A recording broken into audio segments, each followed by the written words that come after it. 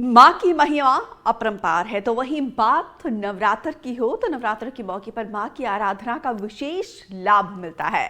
आज हम आपको लेकर चलते हैं दंतेवाड़ा और ग्वालियर के माँ के एक ऐसे अनोखे धाम में जहां पे माँ की महिमा की चर्चा दूर दूर तक फैली हुई है। भक्त माँ के दर्शन के लिए बड़ी संख्या में पहुंचते हैं।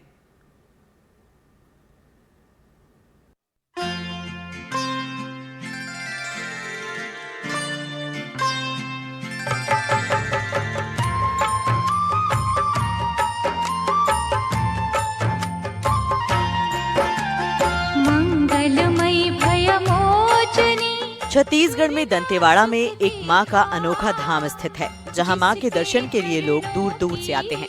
दंतेवाड़ा स्थित मां दंतेश्वरी मंदिर छत्तीसगढ़ का एक प्राचीन और प्रसिद्ध मंदिर है, जो बस्तर क्षेत्र की आराध्या देवी मां दंतेश्वरी को समर्पित है और 51 शक्ति पीठों में से एक माना जाता है, जहां माना जाता है कि देवी सती के दांत गिरे थे। ओम जयंती मंगला काली भद्रकाली कपालिनी दुर्गा क्षमा शिवा धात्री स्वाहा स्वधा नमस्ते। नवरात्रि का समय चल रहा है। इस पावन अवसर पर मां दंतेश्वरी के द्वार पर हम पहुंचे हुए हैं। बता दें कि मां दंतेश्वरी बस्तर ही नहीं पूरे छत्तीसगढ़ की आत्मा में बसती हैं। ये 14वीं शताब्दी के आसपास बताया जाता है यह मंदिर बना हुआ है। तब से मां दंतेश्वरी बस्तर से लेकर के छत्तीसगढ़ी नहीं देश देश में विराजित हैं। देख सकते हैं कि किस तरीके से भक्त दूर दराज से नवरात्रि पर्व पर पहुंचे हुए हैं। लगभग 4 से 5 किलोमीटर यह लाइन डबल लगी हुई है। मैं कैमरामैन साथी से बोलूँगा कि एक बार इस तरफ दिखाएं कि ये भक्त दूर दराज से पहुंचे हुए हैं, जो मां दंतेश्वरी की आस्था में अपने मन की कामना लेकर के आए हैं। क्या नाम लिखते हो? रामलाल पांडे। कहाँ से हैं? दंतेवाड़ा जिला बचेली से। कितनी आस्था है मां दंतेश्वरी में? बहुत आस्था है हमें। बहुत आस्था है। जी, क्या है मतलब किस तरीके की मनोकामना माँ पूरी करती है? जो भी मनोकामना इच्छा लेके आते हैं वो पूरी हो जाती है। जी आज भी आपकी कोई मनोकामना होगी मन में? जी जी। बिल्कुल, जो भी मनोकामना लेकर के लोग पहुंचते हैं उन्हें विश्वास है कि माँ उनकी मनोकामना पूरी करती है। आप देख सकते हैं कि ये यह जो लाइन है लगभग 3 से 4 किलोमीटर लगी हुई है। पदयात्री लंबी दूरी तय करके यहाँ पर लगातार पहुँच रहे हैं। उनसे ही जानते हैं। आप कहाँ से आ रहे हो?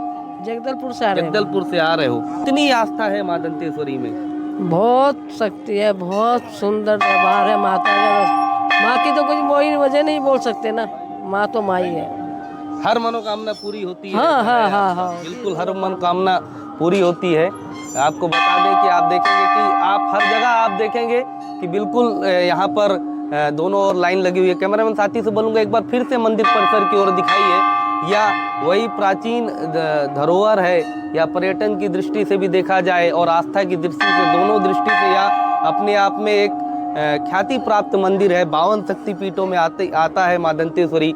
और मां दंतेश्वरी का जो द्वार है लगातार विख्यात है। यहाँ नहीं पूरे विश्व भर में कई ज्योति कलश जड़े हैं, जहाँ विदेशों से भी ज्योति कलश यहाँ पर जलने के लिए पहुँची हुई है। देख सकते हैं कि श्री श्री 1008 मां दंतेश्वरी माई जी का द्वार है और यह लाइन बहुत लंबे कतार से लगी हुई है। बता दूं मैं आपको कि नवरात्रि का जो शारदीय नवरात्रि का पर्व होता है उसमें दूर दराज से मां दंतेश्वरी के दर्शन करने के लिए लोग पहुंचते हैं, क्योंकि भक्तों की आस्था मां से जुड़ी हुई है और उनका मानना है कि मां दंतेश्वरी के द्वार में जो भी माथा टेकेगा और जो भी सच्चे दिल से मनोकामना मांगी जाएगी वह पूर्ण होती है। ये देश भर में फैले 51 शक्ति पीठों, शक्ति के मंदिरों, दिव्य स्त्रित्व में से एक है। प्राचीन मान्यता के अनुसार देवी सती ने अपने पिता दक्ष के एक यज्ञ के दौरान उनके पति भगवान शिव का अपमान करने के बाद यज्ञ कुंड की अग्नि में आत्मदाह कर लिया था। सती की मृत्यु से क्रोधित होकर शिव ने दक्ष के यज्ञ को नष्ट कर दिया और सती के शरीर को लेकर तांडव नृत्य करने लगे। शिव को उनके दुख से मुक्त करने के लिए भगवान विष्णु ने सती के शरीर को टुकड़ों में काटने के लिए अपने सुदर्शन चक्र का इस्तेमाल किया। ये टुकड़े 51 अलग अलग स्थानों पर गिरे, जिन्हें शक्ति पीठों के रूप में पूजा जाता है। दंतेवाड़ा शहर का नाम भी यहीं से पड़ा है।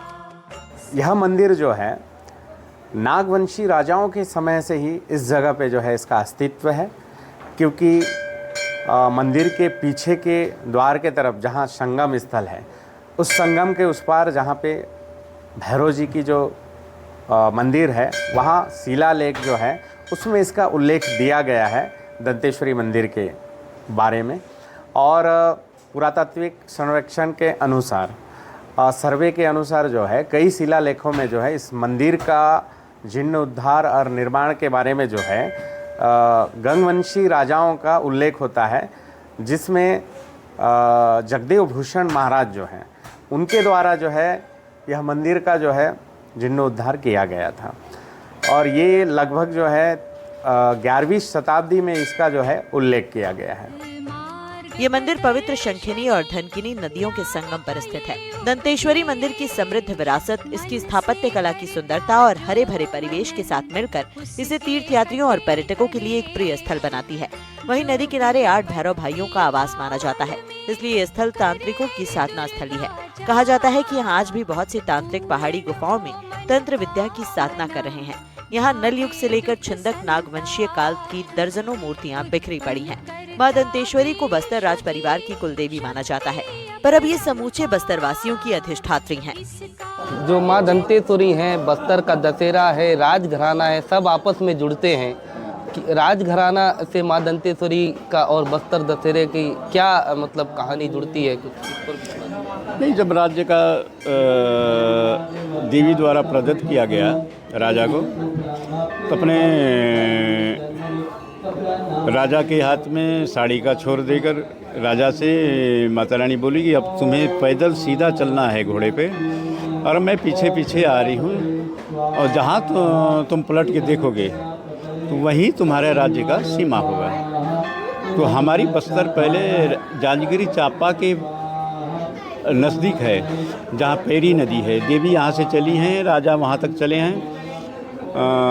तो उस नदी पे भगवती जब उतरी रेत पे, तो वहाँ पायल बजना बंद हो गया। तो वहीं से देवी बोली यही तुम्हारा राज्य का सीमा होगा, और मेरा पायल बजना बंद हो गया इस नदी पे, इसलिए इस नदी का नाम पेरी नदी पड़ेगा। और फिर राजा को लेके आई बड़े डोंगर में अपने हाथों से तिलक की भगवती। तिलक करने के पश्चात राजा को बोली कि मैं अपने वस्त्र से नापी हूँ तुम्हारे राज्य को, इसलिए तुम्हारा राज्य का नाम वस्त्र होगा। फिर वहाँ से देवी बोली कि मैं पुनः अब तो मैं जा रही हूँ, तुम अपना राज्य काज देखो। तो राजा ने फिर निवेदन किया, अगर आप नहीं रहेंगी यहाँ तो मैं किस प्रकार राज्य करूँगा? आपका यहाँ होना अति आवश्यक है, तभी मैं राज्य करूँगा, अन्यथा नहीं। तो फिर देवी बोली मैं अभी जा रही हूँ, जहाँ मेरा इच्छा होगा वहाँ मंदिर निर्माण हो जाएगा और मैं स्थापित हो जाऊंगी। तो तुम्हें स्वप्न होगा, तुम स्वप्न होने से फिर पूजा के लिए आना। तो देवी जी का ये 2 नदियाँ हैं, डंकनी शंखनी। इनका नाम है डाकनी शाखनी, जो डंकनी शंखनी के नाम से जानी जाती हैं दोनों। इसके मध्य भगवती विराजमान हुई और राजा को भी स्वप्न हुआ। तो फिर राजा पूजा के लिए आए, यहाँ ढूंढते। यहाँ तो बियाबान जंगल था उस समय। फिर वहाँ से ये पूजा परंपराएं जो चली आ रही हैं। दशहरा जो है, फिर दशहरा के लिए देवी ने राजा को स्वप्न दिया, अन्नम देव को, पुरुषोत्तम देव को, कि तुम जाओ वहाँ जगन्नाथ जी के यहाँ, वहाँ जगन्नाथ जी से रथपति का उपाधि लेकर आओ, और यहाँ मेरी रथ का परिक्रमा जो होगी इसमें रथारूढ़ हो, फिर रथ परिक्रमा यहाँ करोगे। तब पुरुषोत्तम देव थे उस समय राजा। वहाँ पुरी गए तो पुरी राजा से रथपति का उपाधि मिला, वहाँ से पुरी से रथ प्रदत्त किया गया।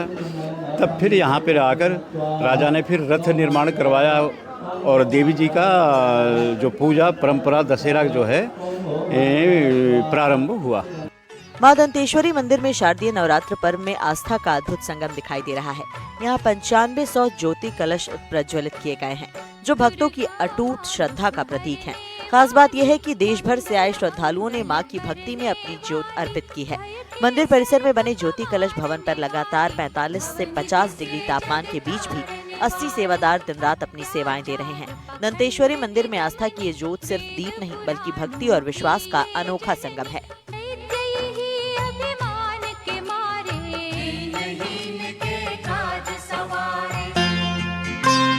इसके साथ ही हम आपको लेकर चल रहे हैं मध्य प्रदेश, जहां ग्वालियर में सिंधिया परिवार से जुड़ा एक देवी का अनूठा मंदिर है।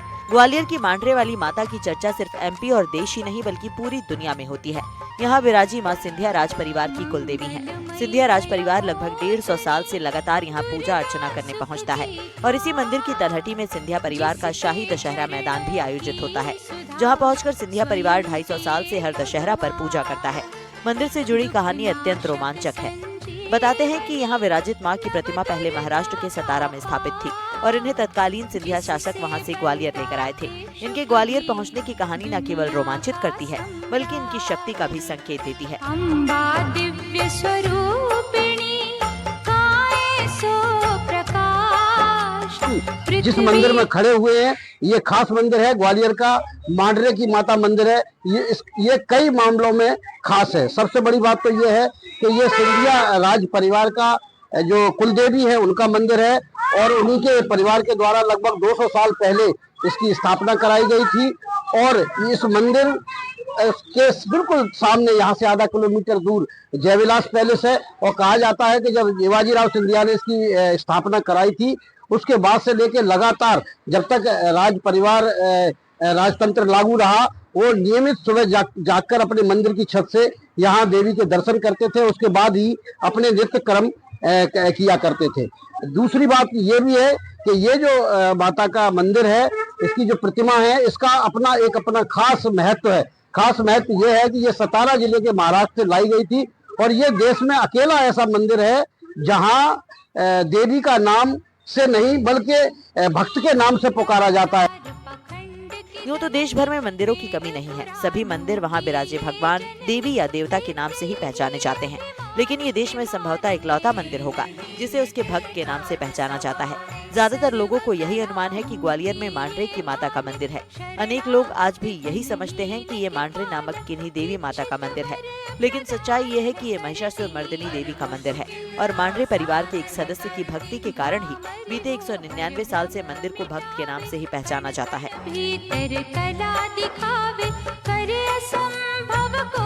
ये मांडरे माता का नाम नहीं है बल्कि इसके भक्त का नाम है।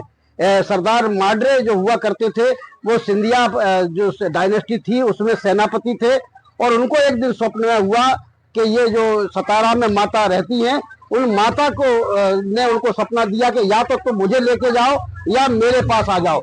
उन्होंने जब ये महाराज को ये सपना अपना बताया तो फिर सिंधिया परिवार और मांडरे को भेजकर उनको ससम्मान यहाँ बुलाया गया और तब ये एक पहाड़ हुआ करता था और इस पहाड़ पर माता की स्थापना की गई और उसके बाद जो मांडरे थे उन्होंने महाराज से आग्रह किया कि उनको सेनापति के पद से मुक्त किया जाए, वो माता की सेवा करना चाहते हैं। तो उन्होंने इतना बड़ा पद छोड़ दिया और उनका परिवार सेवा में लग गया। तब से लेके अभी तक मांडरे परिवार ही माता की सेवा कर रहा है।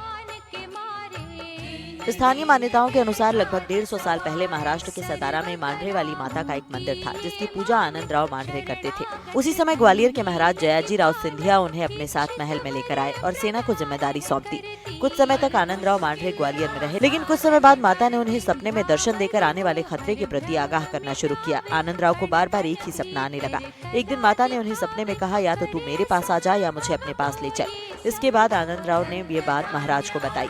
महाराज महाराष्ट्र से माता की प्रतिमा ग्वालियर लेकर आए और यहाँ स्थापित कर दी। तभी से इस मंदिर का नाम मांडरे वाली माता मंदिर पड़ गया। मांडरे वाली माता का मंदिर 13 बीघा भूमि पर बना है और ये पूरी जमीन रियासत काल में सिंधिया राजवंश ने दान की थी। जय दुर्गा जय जय दमयंती जीवन दायिनी ये ही जयंती ये ही सावित्री ये कौमारी महाविद्या ये परोपकारी। मैं पिछले 10-12 सालों से जब से ग्वालियर में हूँ तब से इस मंदिर पे आ रहा हूँ और हर नवरात्रि के स्टार्टिंग के पहले दिन ही यहाँ पे आके दर्शन करता हूँ। और जैसा कि मुझे जानकारी है कि ये माता का मंदिर सिंधिया राजघराने से भी जुड़ा हुआ है, सिंधिया जी द्वारा, और काफी प्राचीन मंदिर है और काफी मान्यता है इस मंदिर की। इस मंदिर में जो भी भक्त अपनी मनोकामना के लिए आता है वह माँ उसकी मनोकामना हर पूर्ण करती है। कोई बीमार, कोई दुखी, कोई किसी भी बात से परेशान हो उसकी देवी सभी पूर्ण मनोकामना करती है। मैं पिछले 10 साल से करीब यहाँ आ रहा हूँ। बहुत ही प्राचीन और सिद्ध मंदिर, माता जो है बिल्कुल सच्ची है और भक्त की मनोकामना पूर्ण करती है। मैं अक्सर जो है दर्शन करने के लिए यहाँ बहुत प्राचीन मंदिर है, सिंधिया परिवार का बनवाया हुआ है। तो सुना है काफी यहाँ आने से लोगों की मनोकामनाएं पूरी हो जाती है। तो मैं पहली बार आई हूँ, काफी अच्छा लगा यहाँ का वातावरण और मंदिर खूब सुंदर है।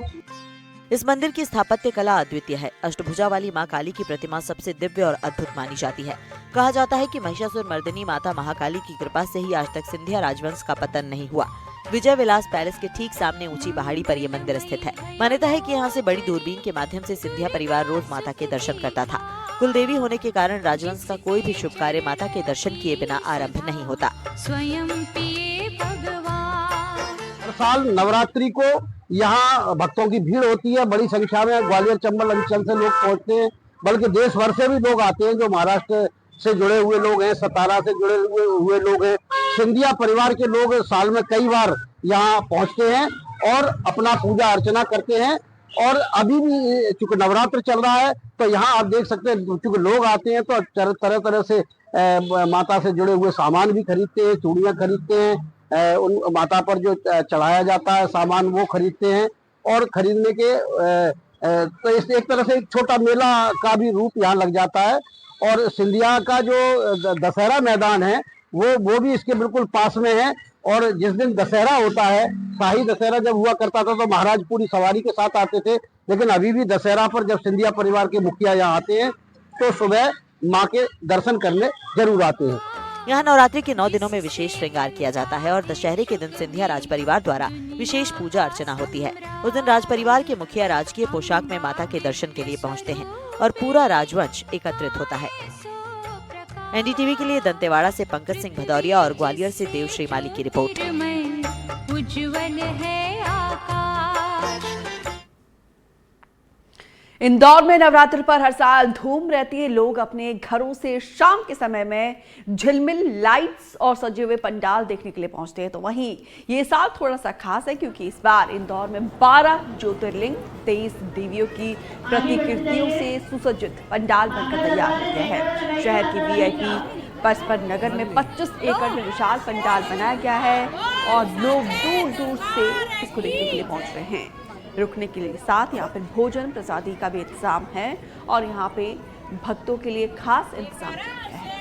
आगे बढ़ते जाइए जल्दी जल्दी। इंदौर में नवरात्रि की धूम है, जहाँ चारों तरफ कई पंडाल बनाए गए। तो वही इंदौर में पहली बार एक ऐसा पंडाल है जो 25 एकड़ जमीन पे बनाया गया है। आप देख सकते हैं तस्वीरों में कितना विशाल और कितना भव्य ये पंडाल जो है नवरात्रि का बनाया गया है। आप तस्वीरों में देख सकते हैं दूर दूर तक जहाँ आपकी नजर जाएगी ये पूरा पंडाल जो है 25 एकड़ इलाके में बना के तैयार किया गया है। और इसी के साथ यहाँ पे 12 ज्योतिर्लिंग है और 25 मूर्तियाँ भी जो है यहाँ पे स्थापित की गई है। और इसी के साथ कई मंदिर भी बनाए गए हैं। मंदिर के जो यहाँ पे स्ट्रक्चर्स है वो बनाया गया है। शुरुआत में उज्जैन का काल भैरव मंदिर जो है वो बनाया गया है। यहाँ पे अंदर मूर्ति स्थापित की गई है, लोग वहाँ पे अंदर जाके दर्शन भी यहाँ पे प्राप्त करें। और इसी के साथ कृष्णगिरी पद्मावत मंदिर है और कई अलग अलग मंदिर जो है यहाँ पे बनाए गए हैं। और इसी के साथ इसमें 12 ज्योतिर्लिंग है और 23 देवियों की प्रतिक्रिया जो है वो भी स्थापित की गई है। भक्त इन्हें देखने के लिए उमड़ रहे हैं, दूर दूर से भक्तों की भीड़ यहाँ पे पहुँच रही है। लोग यहाँ पे इस भव्य कला को देखने के लिए पहुँच रहे हैं क्योंकि नवरात्रि अपने आप में एक त्यौहार रहता है। नवरात्रि की अपने आप में एक धूम रहती है और लोगों में एक एक्साइटमेंट रहता है देखने के लिए कि क्या नया इस बार शहर में लोग कर रहे हैं या क्या नए पंडाल यहाँ पे लगाए गए हैं। काशी विश्वनाथ मंदिर जो है वो भी यहाँ पे बनाया गया है और जो यहाँ पे लोग हैं वो यहाँ पे आगे काशी विश्वनाथ मंदिर जो है अंदर वो भी यहाँ पे देख रहे हैं। आप देख सकते हैं कि शिवलिंग भी है यहाँ पे, लोग वहाँ पे पहुँच के दर्शन प्राप्त कर रहे हैं। लोगों का ये भी कहना है कि जो 12 ज्योतिर्लिंग उनके लिए उनको अलग अलग स्थानों पे जाना पड़ता है, वही उनको अब एक ही जगह पे मिल जा रहे हैं। इंदौर के जो परस्पर नगर में ये पंडाल बनाया गया है, भव्य रूप में ये पंडाल बनाया गया है और यहाँ पर सुबह से ही लोगों की भीड़ जो है उमड़ती है। लोग यहाँ पे पहुँचते हैं इसको देखने के लिए, इसको जानने के लिए, क्योंकि पूरे इंदौर में चर्चा है कि सबसे बड़ा पंडाल अभी ये क्लेम किया जा रहा है कि विश्व का सबसे बड़ा पंडाल जो है वो यहाँ पे बनाया गया है। कि कितने भव्य स्वरूप में ये जो पूरा आयोजन है वो बन के तैयार हो चुका है। और ये बीच में ही ये पूरा एक डोम जैसा बनाया गया है और यहाँ पे अंदर आप देख सकते हैं कि पंडित लोग भी मौजूद हैं। यहाँ पे शास्त्रार्थ भी होता है और इसी के साथ और यज्ञ के लिए जो यहाँ पे इंतज़ाम है वो यहाँ पे किए गए हैं। यज्ञ यहाँ पे किए जाते हैं और इसी के साथ लोग आप देख सकते हैं यहाँ पे किस तरीके से यहाँ पे जो यज्ञ वाले भी पहुँचते हैं, यहाँ पे यज्ञ की जाती है और इसी के साथ कई पंडित लोग यहाँ पे पहुँचते हैं और यज्ञ की अभी यहाँ पे व्यवस्था तस्वीरों में आप देख सकते हैं कि यहाँ पे बीच पंडाल में जो भीड़ है वो भी यहाँ पे आती है, यज्ञ भी यहाँ पे किया जा रहा है। पंडित जी जो है यहाँ पे पंडित लोग भी आते हैं, यज्ञ करवाते हैं, जो मनोकामना है वो पूरी होने के लिए भी लोग यहाँ पे यज्ञ करते हैं। भारी संख्या में लोग यहाँ पे मौजूद है, आसपास के इलाकों से लोग आए हैं। तमाम व्यवस्था है यहाँ पे, अपने आप में ये शहर जो है यहाँ पे बनाया गया है। लोग यहाँ पे पहुँचते हैं देखने के लिए, सुबह से ही लोगों की भीड़ यहाँ पे उमड़ती है। 2 अक्टूबर तक का आयोजन जो है यहाँ पे होने वाला है और जो जितने भी कलाकार हैं, कलाकारों को भी यहाँ पे बुलाया जाएगा ताकि वो भजन संध्या का आयोजन जो उनके द्वारा यहाँ पे किया जाएगा। गरबा जो है, गरबा भी यहाँ पे खेला जाएगा और इसके दूसरी तरफ भी बहुत बड़ा क्षेत्र जो है वो बनाया गया है। ये तो हमने आपको थोड़ा सा दिखाया और इसकी दूसरी तरफ भी कई कलाकृतियाँ हैं, जो अलग अलग मंदिर है वो दूसरी तरफ भी बनाया गया है। तो जो लोग हैं वो यहाँ पे देखने को पहुँच रहे हैं, लोगों की भीड़ यहाँ पे पहुँच रही है देखने के लिए, जानने के लिए कि इंदौर में जो पहली बार ऐसा आयोजन किया गया है वो कैसा है, भव्य स्वरूप में है, 25 एकड़ में परस्पर नगर में ये यहाँ पे बनाया गया है। अपने कैमरा से लाला शहाबुद्दीन के साथ NDTV के लिए मैं तनुश्री देसाई।